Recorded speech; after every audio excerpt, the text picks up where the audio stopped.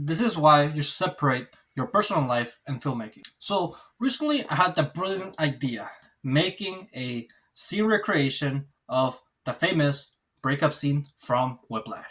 With this brilliant idea in mind, I decided to go to my classmates from my workshop, from like last semester, pretty much. And I got rejected by every single one of them. Not like, straight up. They were like, oh, I can't do this time, or oh, my schedule doesn't line up, oh, I have so much going on, I can't do it, so sure, whatever. I went along with it, right? And so, with nobody else to go to, I turned to some of the closest people in my life, which is, my best friend and also my girlfriend, to help me out with this film. And then I found my actor. How I found my actors is in my university, there's this website where film students can go into. It's pretty much the student resource center for film students. And in there, there's like a variety of things. There are podcasts, there's contracts, there's different forms, there's like different tutorials on how to do stuff.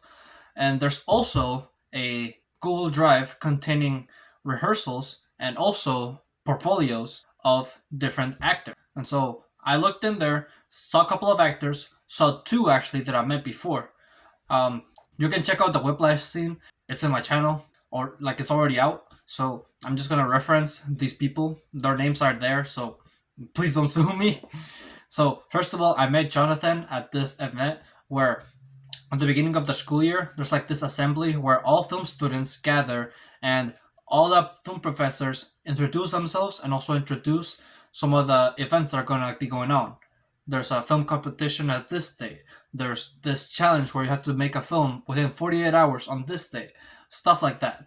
And, there was like a variety of tables where you can sit. And so, it's mandatory too. So I went in there, sat at this table, and in this table, I met Jonathan. And, we spoke a little bit. We exchanged numbers since then, But ever since this event, I never saw him again.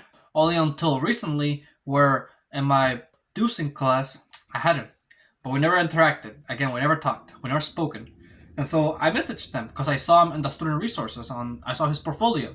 And so I messaged them. And, he was down for it. He didn't know who I was. So when eventually we did meet, he was like, oh, it was you. So, that was kind of funny. That's how I met Jonathan. Then there's Emma. The funny thing about Emma is the fact that I had her like 2 years ago in my introduction to screenwriting class, but I haven't spoken to her ever since then. Only recently, when I saw her on the student resources on that website that I told you about, and I saw her portfolio, that's when I was like, oh, I remember her. Yeah, she could be a good pick for Nicole. And so I texted her. She says you should be down. And this is just a little tip that you should do, but always go by the actor's schedule first, by your crew schedule first. Don't make it so, oh, I only work at this day, I only work at this hour. Make your schedule around theirs, because they're doing you a favor at the end of the day. They're not getting paid. They're not doing this for any profit or anything. They're just doing it like as a favor for you. So, make sure you are nice and work towards their schedule, even if it means sacrificing things. For example, I honestly be willing to call off my job if it meant that I got to do the film. I'd honestly miss a class or miss some assignments if it meant doing the film. Things don't come easy. You're going to have to sacrifice things eventually. It's only a matter of what you want to prioritize. With everything in mind, we had our crew. We had my best friend as camera guy, we had my girlfriend as slate, and then we have me as director and my two actors. Then what went wrong? Nothing went wrong, honestly. It kind of went smoothly, but I think it could have been a lot more better because I was overall distracted. Both my girlfriend and my friend were trying to talk to me. Yeah, just it makes sense because they're not there to make a film. Honestly, they're probably just there to hang out with me. That's the real reason why they're there, and the reason why you should separate both of them is because the exact same reason. Whenever you call favors like these, since they're not really gaining anything, they're not willing to take the film as seriously. They're not really willing to be as prepared to do that film, and not take it as seriously. Like for example, my friend arrived late, and to him it was probably not that big of a deal because we were just there to hang out. But for me, it was that big of a deal because this was pretty much my livelihood. Every time I make a film, that goes to my portfolio.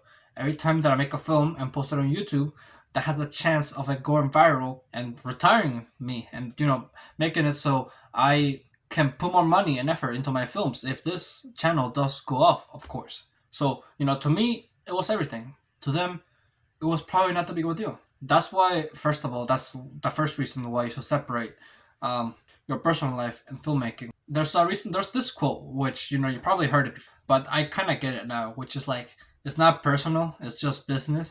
And the reason why I bring it up now is because I realized that when I do filmmaking, I turn into a completely different person. Well, when it comes to acting, I turn into like a like I turn really wacky. I try to be playful, say jokes, be open, try to be charismatic pretty much whenever I'm acting. Whenever I'm directing, I'm like only focused on the performance. I'm trying to just focus on the performance of my actors, and I don't think I was able to do that to the best of my abilities, and I think my actors kind of noted that because I was distracted by other things. There was like a lot of background people. Like the thing is, okay, kind of did piss me off now that I'm thinking about it. But I was filming in my university.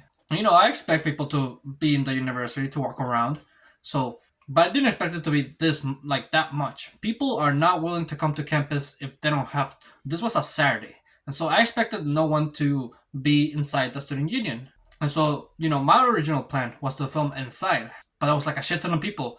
I probably there was like this event where middle schools came to university to like look at it or something, to have like a trip there. I don't know, but there were just a lot of people, and that really bothered me already. So that got me frustrated, and then that made it so we had to film outside, and so we filmed outside, and because of this, we didn't have enough like good audio because it was windy.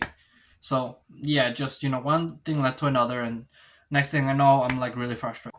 I would say prepare beforehand. Always have like a backup plan, and don't be too stressed about your film. That's why I should say like keep your emotions out of it. It's not personal. It's just business. It's just the way it is. So don't get too frustrated about how things go. Like that's why you shouldn't be frustrated if your friend or girlfriend does something that you don't want them to do, because they're not taking it as seriously as you are. So if that's the case, then you shouldn't be as serious about it. But if you are serious about it, then and you work with people who are serious about it as well, you could expect the results to skyrocket. I so let's just go over what I realized. What I realized through this experience is, when I'm gonna be filming with people who are not as experienced, who are close to me, I shouldn't take it as seriously. I should just play around, have fun with it. I mean, that's why we're making the film, to have fun, to hang out. Making a film is just another way of hanging out. So it's gonna be like a little bit of a balance between taking it seriously and then taking it not. Then when it comes to working with people who are experienced, that's when you turn on the serious mode and you put a lot of focus to it. It really kind of bothered me that I put like a lot of time and effort into this thing, and the people close to me, I understand it now, and I think if I were to do something similar where I put like my friend would ask me to do this thing that really is important to them, and they're really passionate about it, and I don't do it like them, and I don't have the same amount of passion. I kind of know now, how that would feel pretty much. Hopefully that makes sense. With that, however, it's up to you how you want to handle things. If you want to have people close to you work on your film, if not, or if you want to just work with only professionals, I think that there's up to you who you want to work with. Make sure you work with people that you like and people who you can stick to. With that, thank you for watching this video. If you like, then sure to leave a like. Subscribe if you're new but like my channel, and always remember to live your life like this.